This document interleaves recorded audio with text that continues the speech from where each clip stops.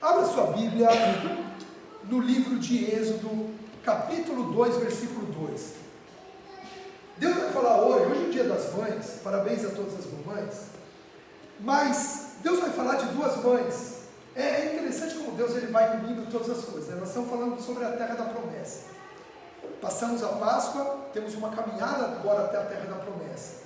Nessa caminhada vamos, no dia 5 de junho, nos deparar com outra festa bíblica, que é a de Pentecostes. 50 dias depois da Páscoa se celebra Pentecostes, ok?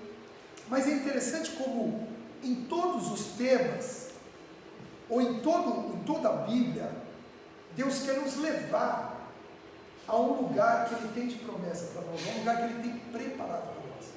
Quando você se casa, você forma uma família, Deus tem um lugar preparado para você, não é? Você sai, a Bíblia diz, deixa o homem pai e mãe, ou seja, a esposa e o marido saem da casa dos pais e vai para um lugar específico, preparado por Deus.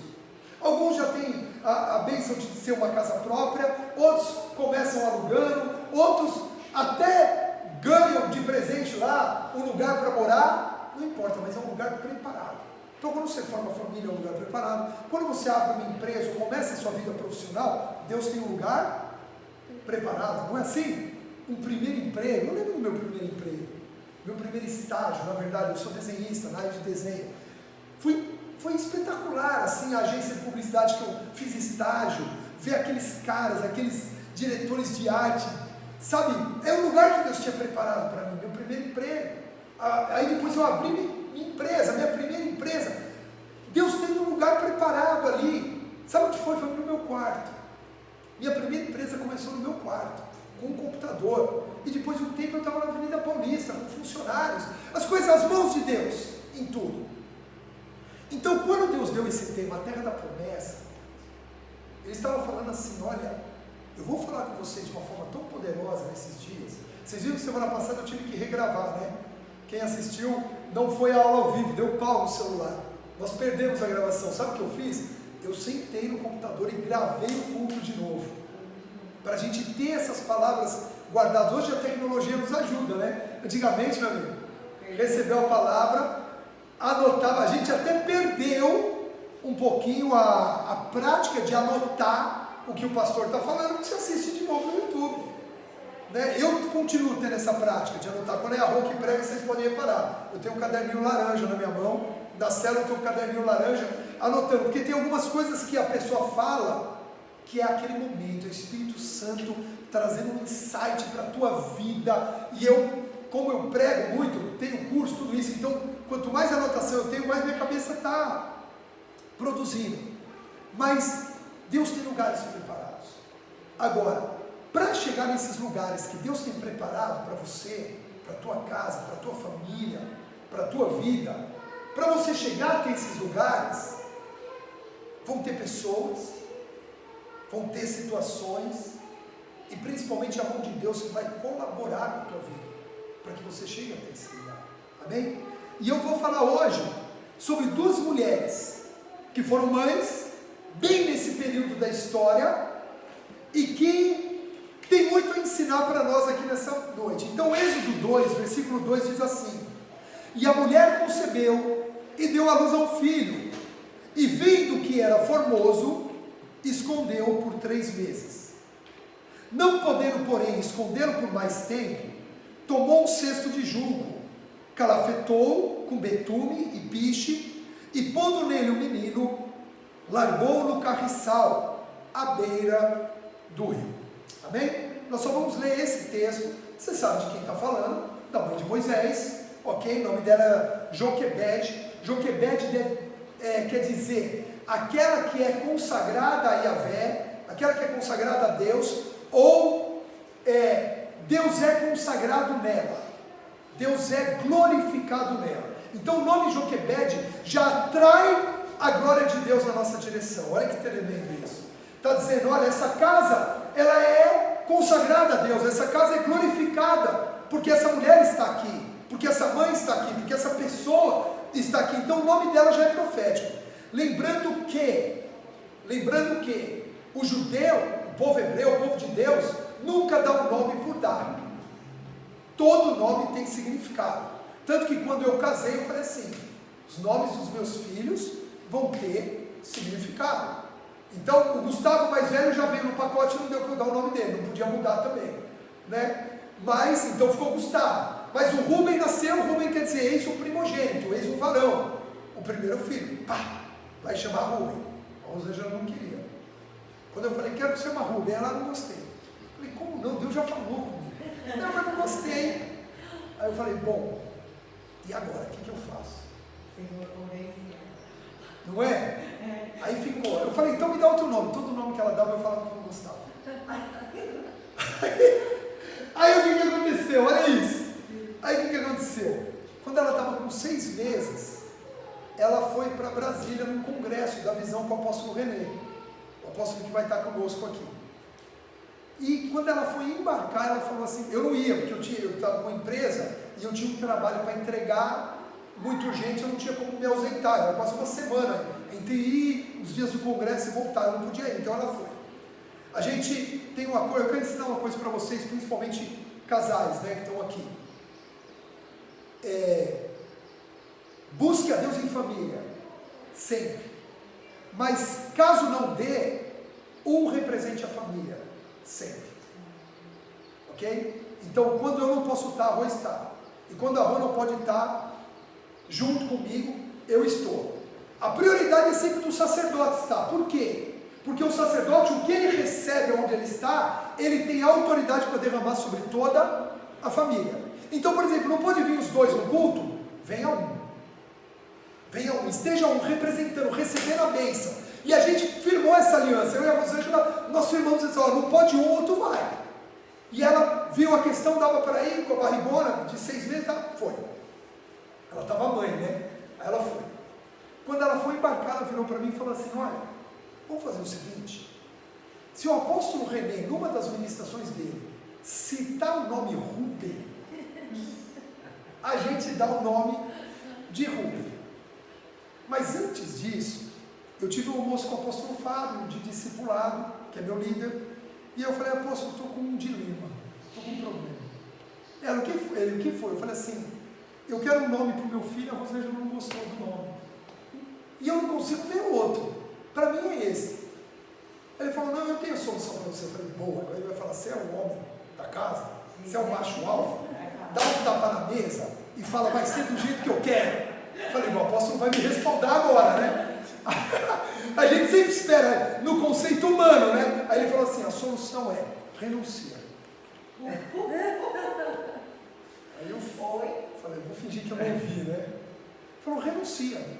Chama, faz uma oração, entrega para Deus, esquece esse nome. Dá na mão de Deus. Eu achei que ele ia mandar eu exercer minha autoridade, né?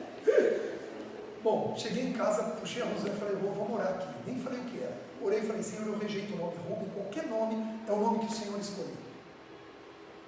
Acabou.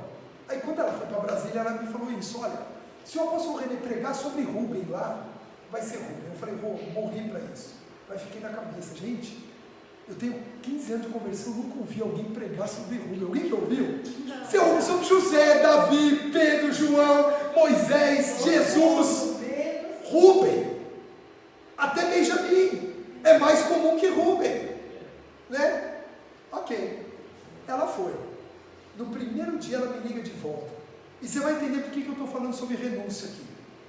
No primeiro dia ela me liga de volta e diz assim, aconteceu uma coisa, uma das filhas do apóstolo René foi internada, inclusive foi uma experiência sobrenatural, não vou dar detalhes agora, ele precisou ir embora do congresso e não volta mais. Aí eu já entendi, né, porque ela estava me contando, ele não vai pregar mais, não vai ter a palavra, esquece o nome Rubem. Passou os dias do congresso, no último dia ela me liga, depois que acabou o congresso, antes dela vir embora, falou, olha, preciso te contar uma coisa, o apóstolo René foi lá, orou pela filha dele, ela ressuscitou e ele voltou. Foi um milagre, ele voltou para pregar no último dia. Sabe qual é o tema da pregação? O tema da pregação? A primogenitura de Rubem. Ela anotou, ele falou mais de 40 vezes o nome Rubem. Deixa eu explicar uma coisa, tudo que nós renunciamos por Deus, Ele toma abençoa, multiplica e nos devolve. E aqui está o Rubem. E aí, quando o Rubem ainda era um bebê, ela engravidou do Natan. E o Natan a gente não esperava. Então o nome Natan quer dizer presente, dádiva de Deus. Então tem um sentido o nome dele. Foi um presente que Deus nos deu. Vocês estão entendendo? Né? Você sabe para quem foi a primogenitura de Rubem? Porque Rubem perde a primogenitura dele? Para Benjamim. Dentro da palavra. Porque José foi considerado morto, aquilo foi transmitido para Benjamim. Tanto que, aqui não vai dar agora, vou desvirtuar toda a palavra. Tanto que quando as tribos de Israel se separaram, a única que permaneceu com Judá, onde estava Jerusalém, era a tribo de Benjamim, porque ela tinha sobre ela a primogenitura que Rubem perdeu. Olha só que interessante isso. Mas foi só dentro. Vamos voltar para a palavra? Joquebed quer dizer aquela que é glorificada por Deus, ou Yahvé é a glória daquele lugar. Agora presta atenção no que nós lemos aqui. A Bíblia diz que Joquebed escondeu o filho porque percebeu que ele era formoso. Deixa eu te falar, toda mãe ou todo pai que vê o filho quando nasce, vê um filho formoso. Eles tinham 3 filhos, Arão, Miriam e Moisés. Arão era formoso, Miriam era formosa, Moisés era formoso. Quando diz aqui que essa percepção de que ele era formoso, não era uma percepção que era um bebê bonito, era a percepção de que Deus tinha um propósito na vida daquela criança. Queridos, é uma percepção que eu costumo dizer que é dado mais para as mulheres até do que para os homens. As mulheres têm uma percepção em detalhes, em questões até proféticas, muito apuradas. Muito apurada. Deus deu uma visão até detalhista para as mulheres, uma visão assim de perceber o que está acontecendo ao redor. Às vezes o pai, está viajando a maionese, e a mãe falou, não, com eles é assim, a Rosana fala assim, tem alguma coisa que me incomoda ali, naquela amizade dele, tem alguma coisa que me incomoda ali naquela postura dele, e eu estou viajando, né? Aí eu começo a prestar, aí ela me traz, aí ela me traz para o contexto. É impressionante, é um dom que Deus dá. Então Joquebed nessa hora percebeu que aquele bebê era formoso, mas ele era mais bonito que o outro filho. Não era isso, percebeu que tinha algo ali. Então a gente começa a ver na história dessa mulher o papel importante que ela tem. Por quê? Porque Moisés deveria ter morrido antes de crescer, antes de se tornar. Então, a primeira coisa que a gente vê é que Joquebed confiou mais em Deus do que nos homens, ou temeu mais a Deus até do que o decreto do faraó. O povo estava se multiplicando, o faraó falou, vou matar todos os meninos de 2 anos para baixo, joga no Nilo, porque eles estão ficando muito grandes, daqui a pouco eles vão se revoltar contra o Egito. E o que acontece? Joquebed vê a formosura daquele bebê. Toda mãe vê a formosura do filho. Então não era uma coisa física, não era uma coisa natural, era uma coisa sobrenatural. E ela percebe. E eu quero declarar que Deus vai te dar percepção nas situações do dia a dia. Vai te dar sensibilidade para saber o que é dele e o que não é. E os planos dele que muitas vezes começam e a gente está despercebido. Porque a gente... Presta atenção, você acha que aquela mulher não estava aflita? Você acha que aquela mulher não estava passando por uma prova? Talvez você hoje também esteja aflito e passando por uma prova. Sabe o que o diabo faz com essa aflição, com essa prova? Rouba a tua percepção das coisas. Aquela mulher, apesar da aflição, não era uma mulher que estava, eu não percebi porque eu estava aflito. Ela também estava aflita. Eu não percebi que era de Deus porque eu estava distraído. Ela também estava distraída, ela também tinha distrações. Eram soldados passando na porta das casas, arrancando. A Bíblia diz que eles arrancaram, porque depois isso é descrito nos evangelhos, que a gente vai ver que acontece com Jesus também. Arrancavam, jogavam no Nilo. Tinha isso, como um sacrifício aos deuses egípcios. O que acontece? Ela confiou, ela esconder, não só mataria o bebê, se descobrisse, mas morreria ela e toda a sua família. Mas ela confiou em Deus. Ela acreditou que era Deus que estava guardando. E o Salmo 37,5 diz assim: entrega o teu caminho ao Senhor, confia nele, e o mais ele fará. Queridos, a gente precisa entregar os nossos caminhos a Deus, confiar em Deus, porque Ele vai fazer. Ela confiou, era um decreto de Faraó, do líder, que era executado, e ela viu, ela falou, não, peraí, tem algo diferente aqui nessa situação, eu não posso enfrentar essa situação de forma comum, eu preciso ir para o incomum, eu preciso fazer o que ninguém está fazendo. Queridos, os resultados, parece uma frase de Facebook, desculpa, parece uma frase, um jargão de autoestima, de entusiasmo, mas não é verdade. Só colhe um fruto diferente aquele que faz uma semeadura diferente. Só colhe um resultado diferente aquele que tem uma atitude diferente. Ela só pôde ver Moisés se tornar o salvador daquele povo porque a atitude dela não foi igual das outras mães, que se afligiram da mesma forma, que se desesperaram da mesma forma, mas não confiaram o suficiente em Deus. É lógico que naquele período, olha que interessante isso, naquele período, tem uma coisa muito assim, específica aqui. Naquele período, queridos, a fé daquele povo estava abalada. Sabia? Eles estavam há 430 anos escravos. Geração após geração, eles estavam o quê? Escravizados. Então a fé estava abalada. Se a gente olhar aí fora no plano natural, o que a gente vê? Fé abalada. O povo de Deus com a fé abalada. E eu te pergunto, você vai ser mais um no meio do povo de Deus com a fé abalada, ou você vai ser alguém consagrado a Yahvé? Alguém cuja glória de Yahvé está sobre ela. Joquebede fez a diferença. Uma mãe que fez a diferença. A Bíblia diz lá no livro de Hebreus que os pais esconderam, mas aqui no livro de Êxodo é específico. A sua mãe a tomou. Foi uma atitude dela. Foi uma atitude de confiança dela no meio de um povo de fé abalada. Você acha que a gente não vive num tempo onde a fé está abalada? Onde as notícias até do mundo gospel abalam a nossa fé? Queridos, você sabe que tem umas coisas que eu não consigo entender, né? Como é que tem sites de fofoca gospel? Pelo amor de Deus, né? Fuxico gospel, Tititi gospel, e tem mais um, que a Rosângela sabe, não que ela leia, mas ela me falou outro dia o nome, para contar os bastidores do que aconteceram, o pastor que se separou, aquele que traiu, aquele que estava bebendo na festa. Queridos, a gente não precisa disso. A gente precisa dessa notícia aqui, ó. E a gente precisa propagar essa notícia. Sabe o que Joquebede fez? No meio de um povo de fé abalada, propagou a notícia. Olhou para Deus, confiou em Deus. Então a primeira coisa é que ela confiou em Deus. A segunda coisa, ela recebeu de Deus uma sabedoria, uma estratégia. Deixa eu falar algo para você. Quando você confia em Deus, Deus te dá estratégias de vitória. Amém. Mas precisa confiar nele. Amém. Ela confiou, escondeu. Aí a Bíblia diz que não tinha mais como ele ficar escondido.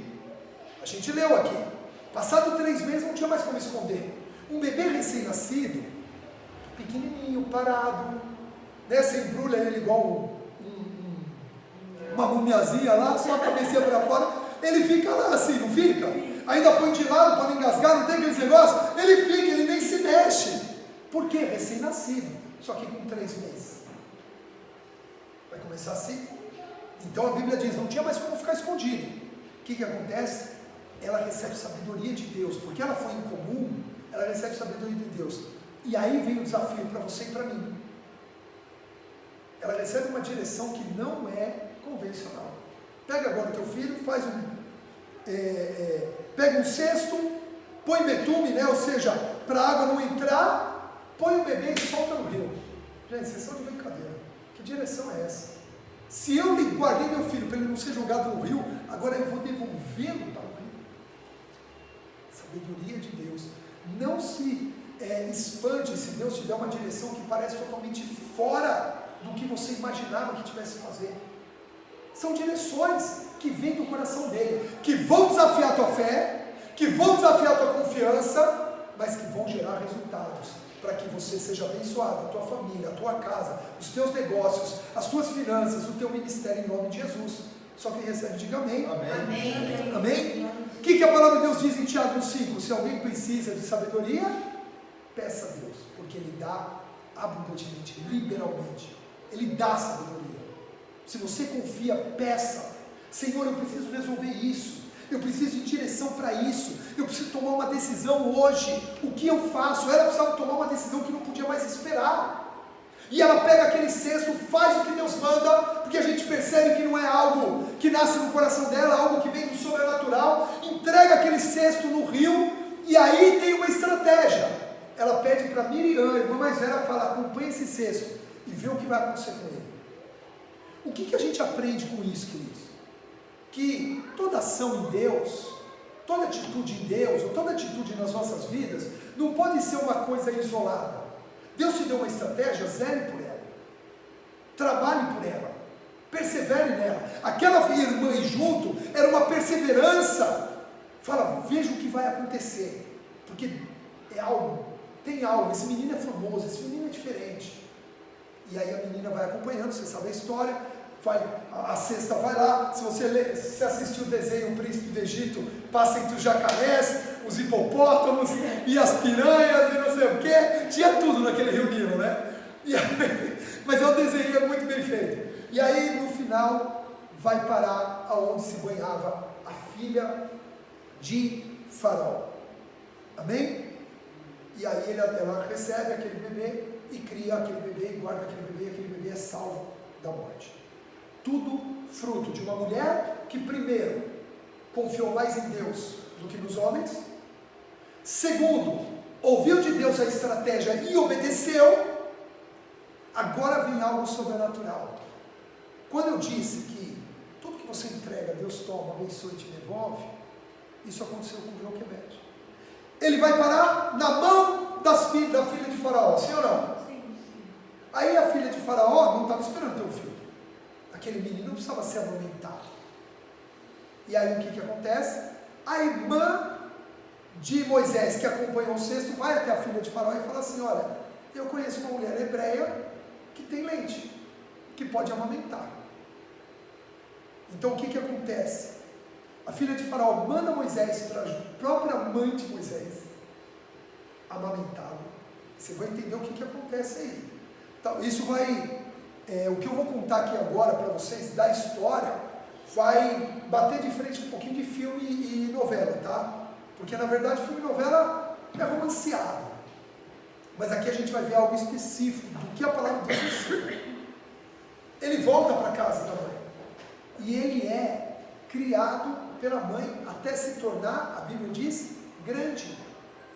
Um menino grande. Não é que ele mamou dos 3 aos 6 meses e voltou como um bebê. Diz assim: e depois de ter crescido o menino, se tornado grande, ele volta para ser cuidado pela filha de Faraó.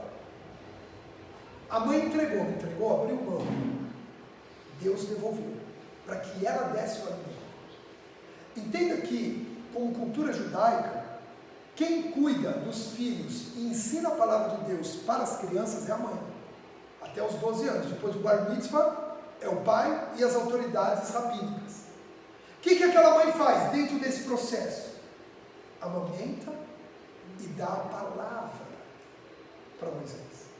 Ensina o Deus de Israel para Moisés.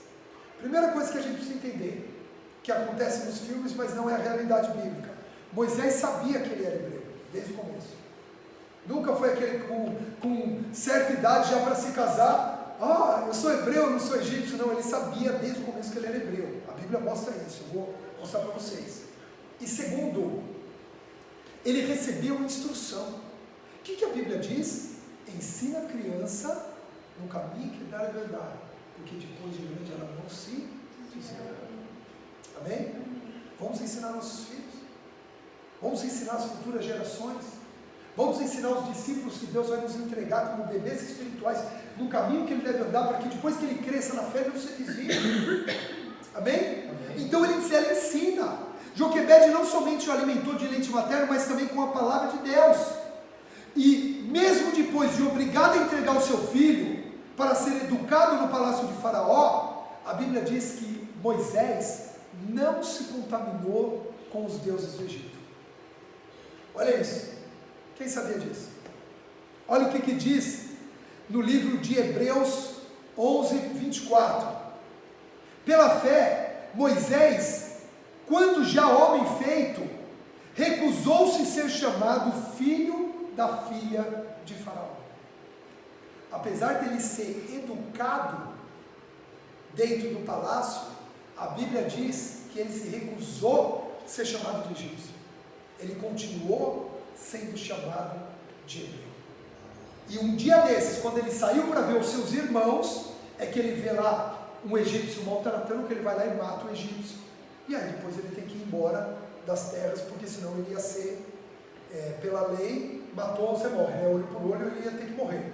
Mas a palavra de Deus diz que, olha só, preferindo ser maltratado junto com o povo de Deus, a usufruir prazeres transitórios do pecado, porquanto considerou o opróbrio de Cristo por maiores riquezas do que os tesouros do Egito, porque contemplava a promessa.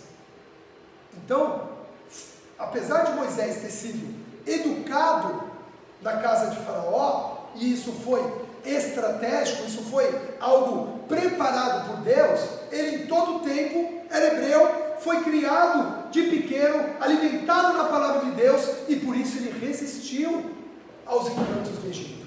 Queridos, os nossos filhos, as nossas gerações serão resistentes aos encantos do Egito, se nós ensinarmos o caminho a eles.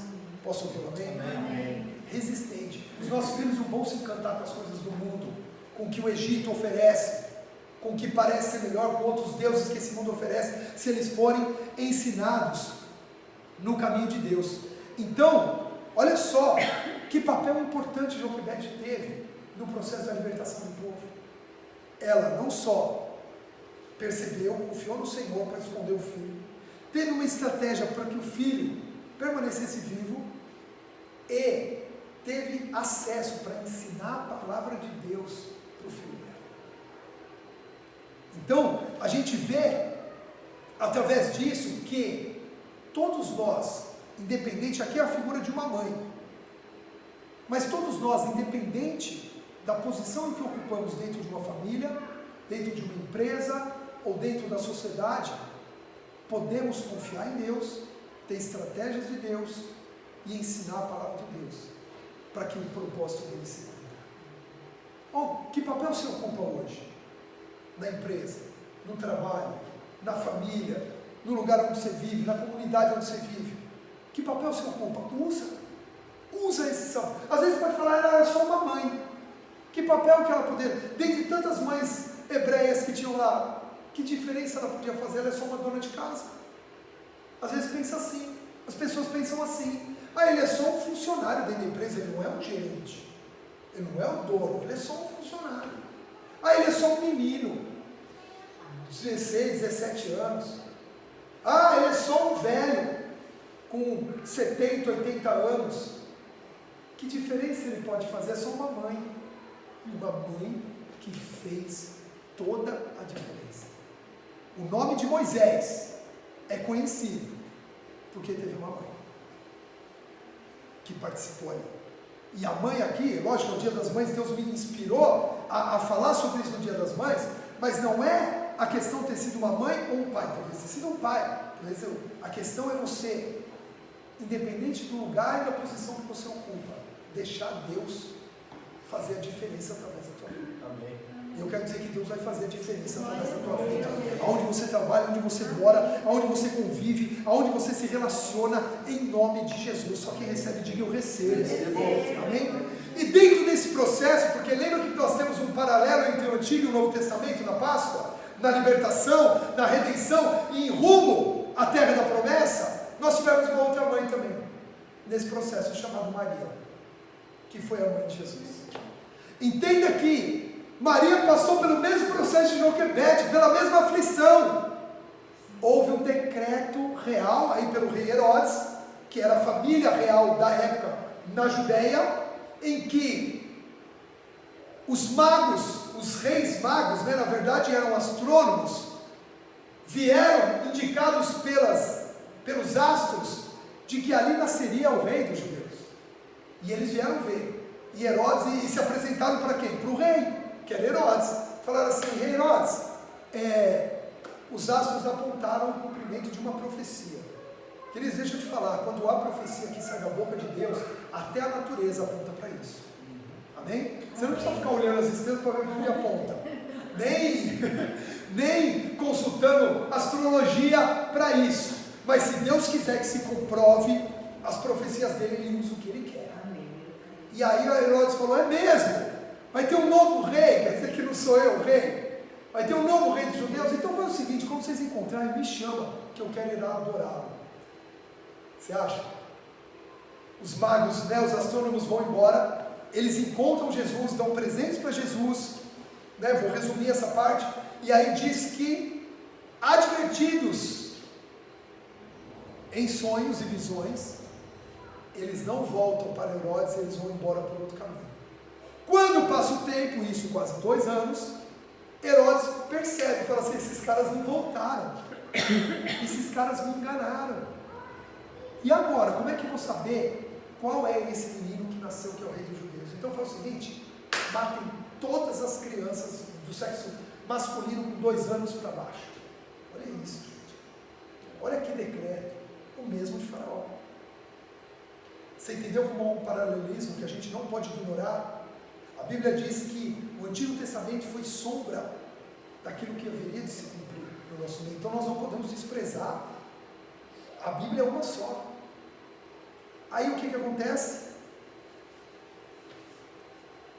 Essa mulher, chamada Maria, também advertida, junto com seu esposo, uma família, escondem Jesus. Dessa vez, indo para onde? Para o Egito. Eles vão até o Egito, e lá eles se escondem. Olha só, como nada é à toa. E aí depois Deus os chama de volta, e eles voltam e vão morar na Galileia, em Nazaré e tal. Veja que essa mulher, a Bíblia diz que ela achou graça diante de Deus. Existe uma outra passagem em Gênesis 6, que diz que um outro homem achou graça diante de Deus, que foi Noé. A Bíblia diz que Noé achou graça diante de Deus. O termo hebraico para achou graça é confia na graça de Deus. Não é que achou graça, era um cara engraçado, era um cara gente fina. Noé era um cara gente fina, era um carinha bonzinho. Não é isso. O achar graça quer dizer, ele confia na graça salvadora de Deus. Maria foi encontrada nessa mesma graça de Deus, amém? E a gente percebe que essa graça que Maria tinha sobre a vida dela, como pessoa, possibilitou que ela pudesse exercer uma influência também como mãe.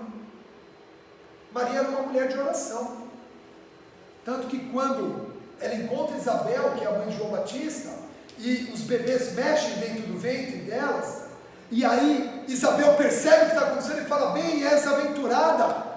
Maria ali, ela faz um cântico, que é uma oração, que é uma coisa linda, exaltando a Deus, que é meu Senhor, é meu Salvador. Eu achei graça, eu não sou ninguém, mas Ele me resgatou.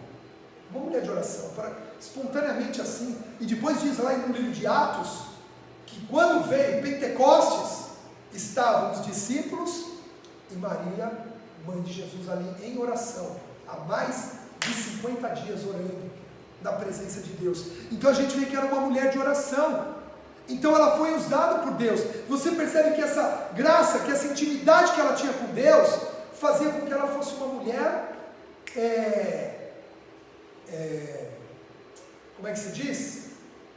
Centrada. Era uma mulher que sabia se comportar nos lugares onde ela estava. Você vê que ela não foi cobrar de José, se José ia fazer. O que José ia fazer? Olha, eu estou grávida do Espírito Santo, imagina, que notícia, fácil de receber. Olha, eu estou grávida. Como assim você está grávida? Eu estou grávida. Como está grávida? O anjo veio, falou comigo, falou que o Espírito viria e eu engravidei. Gente, pelo amor de Deus, conta outra. Conta outra. A gente não vê em nenhum momento Maria reivindicando, falando: não, você tem que acreditar em mim. Não, ela tinha graça, ela ficou nela, ela ficou na dela, ela se conteve, ela esperou. E a Bíblia diz que ela confiou de tal forma que Deus deu um sonho a José. E falou: José, o que ela te falou é verdade. Ela está grávida de mim, do Espírito Santo. Então agora José toma a mulher, toma o filho que está no ventre dela e assume esse casamento. Olha isso. Será que nós hoje sabemos esperar Deus convencer as pessoas? Ou nos nossos relacionamentos a gente já sai do... Né? Você tem que entender, você tem que acreditar. Você não acredita em mim? Estou te falando, por que você não acredita? Eu falo, você não me ouve. Né? Eu sei que isso acontece em outros lares, as nossas casas estão guardadas no Senhor, em nome de Jesus. Amém. Isso, profeticamente, amém. Maria tinha graça, essa é a graça. Essa é a graça salvadora. Ela confiava, como Joquebede confiou, ela confiou também, a ponto de falar: eis-me aqui, Senhor. Se é isso que o Senhor vai cumprir na minha vida, eu aceito. Gente, pelo amor de Deus, que loucura. Tão louco quanto colocar um bebê no rio, é falar agora: ó, você vai ficar grávida do Espírito Santo. Como assim? Olha como confiar em Deus, ao mesmo tempo que é um passo simples, é desafiador. Porque quantos de nós aqui louvamos: eu confio, eu te adoro, eu confio, confia mesmo. E quando Deus pede? E quando Deus chama? E quando Deus fala?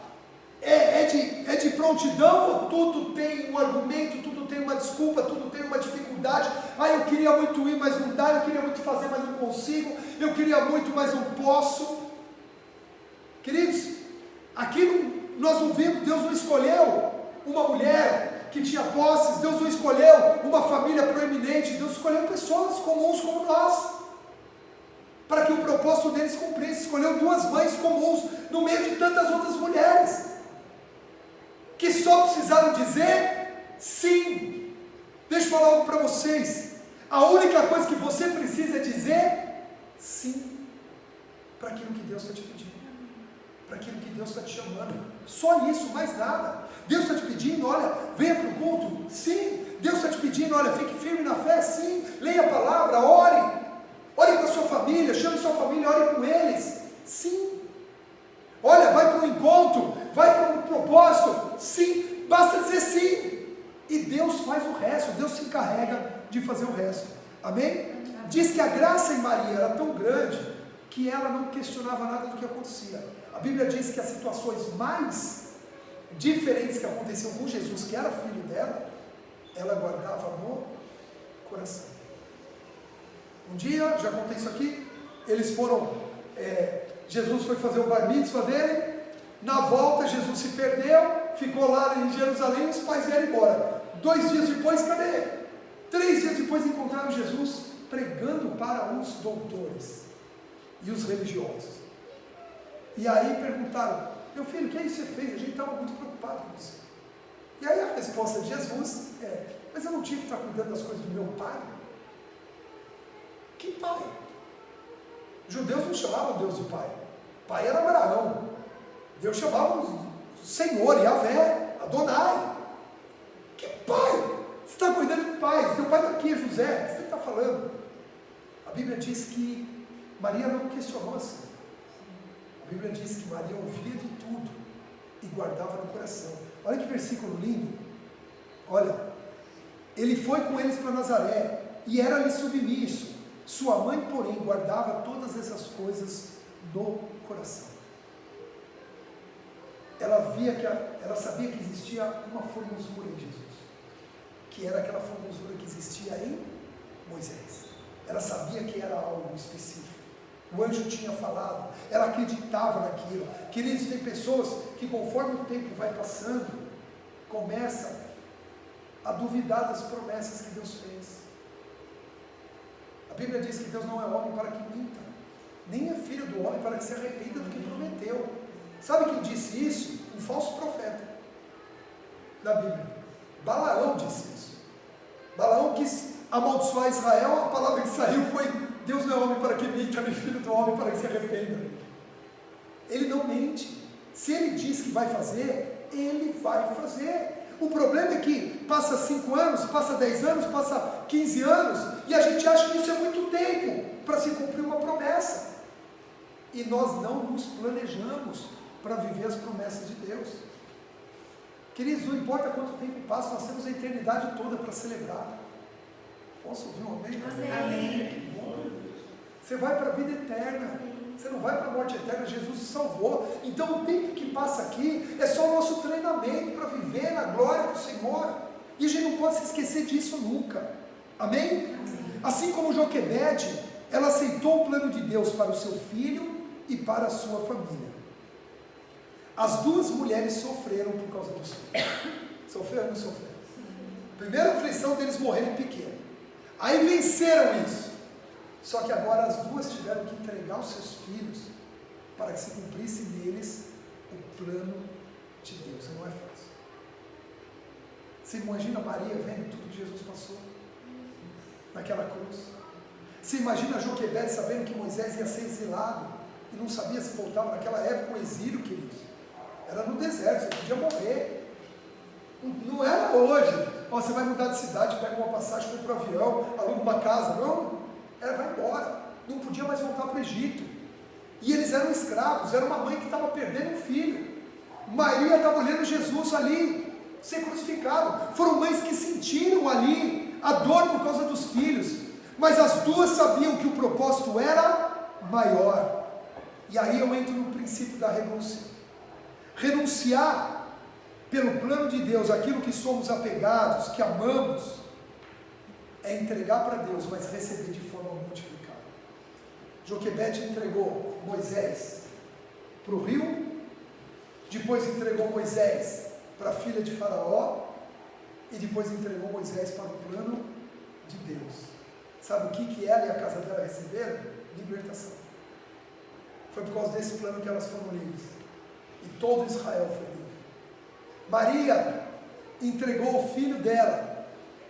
A partir dos 30 anos, ele deixou de ser filho de Maria. A Bíblia é clara em relação a isso. Tanto que um dia ela e os irmãos de Jesus procuram ele, fala para ele vir aqui, fala que a mãe dele está aqui fora. E a resposta de Jesus foi olhar todos que estavam, como você está aqui, e diz assim: quem é minha mãe e meus irmãos, senão aqueles que ouvem a minha palavra e confiam nela? Ou seja, aos 30 anos, quando começou o ministério de Jesus, Maria teve que abrir mão completamente. Acredito que não tinha mais contato próximo nesse tempo, porque foi um tempo que Jesus se ausentou totalmente para fazer o ministério dele. Porém, depois, porque ela abriu mão, ele morreu na cruz. E porque ele morreu na cruz, toda a humanidade foi salva. E eu e você estamos aqui hoje, por causa de uma mulher que acreditou. Amém? As duas não, para encerrar, as duas não buscaram honra para si. As duas não buscaram honra, mas as duas foram honradas por Deus. Joquebede é uma das poucas mulheres citadas em Hebreus 11 como heroína da fé. Fora ela, de nome de mulher, eu acredito que só mais Raabe e Sara, porque elas também são citadas. Foi citada como mulher de fé em Hebreus. Pela fé ela ocultou, pela fé ela colocou no rio, pela fé ela acreditou. E por isso toda salvação, então ela foi honrada, o nome dela entre os heróis da fé. E Maria, queridos, foi honrada. Parece assim, poxa, Jesus aos 30 anos esqueceu que tinha mãe? Abandonou a sua mãe? Não. A Bíblia diz que na cruz, no momento do maior sofrimento dele, em que ele perdoou a humanidade, e que depois ele também abençoou o futuro das gerações, a Bíblia diz que ele disse assim: mulher, eis aqui teu filho. Não é para João, eis aqui a tua mãe. A partir de agora você não está só. Você me semeou 3 vezes, 3 anos, para que eu pudesse cumprir o propósito. Agora com o propósito cumprido, você tem um filho, você tem uma casa, você tem uma família, você vai ser lembrada, você é uma mulher honrada, a tua história jamais vai ser esquecida. E a história de Maria jamais foi esquecida. Então as duas foram honradas por Deus. Olha aqui, vendo Jesus, sua mãe, e junto a ela o discípulo amado disse: mulher, eis aí teu filho. Depois disse ao discípulo: eis aí a tua mãe. E dessa hora em diante, o discípulo a tomou para casa. Ela foi honrada, ela foi guardada, ela foi protegida, ela foi restituída do filho que ela estava entregando. Amém? O plano de salvação, queridos, que celebramos na Páscoa e que permitiu nossa libertação, para que fôssemos em direção à terra da promessa, passou pela vida e pela postura dessas duas mulheres, dessas duas mães, e mais ainda, também passou pela sua casa e passou pela sua família. Não foi só Joquebede, não foi só Maria, mas foi o lar delas, a casa delas. Pode reparar, José se envolveu, Anrão, que era o esposo de Joquebede, se envolveu, Arão se envolveu, Miriam se envolveu, os irmãos de Jesus se envolveram. Você pode reparar que os irmãos de Jesus se envolveram, depois se tornaram discípulos dele também. Ou seja, queridos, quando um dentro da casa decide, toda a casa é alcançada pelo propósito de Deus. E eu quero declarar que a tua casa vai ser alcançada pelo propósito de Deus, porque você decide, porque você decidiu, amém? Grandes planos de Deus se cumprem quando encontram mães, quando encontram pais, quando encontram filhos e quando encontram famílias dispostas. Eu decidi com a minha casa deixar o plano de Deus se cumprir, e eu sei que grandes planos vão se cumprir, e assim será na sua vida e na sua casa também, em nome de Jesus, amém? Quantos querem viver isso? Então fique de pé, porque eu quero orar por você.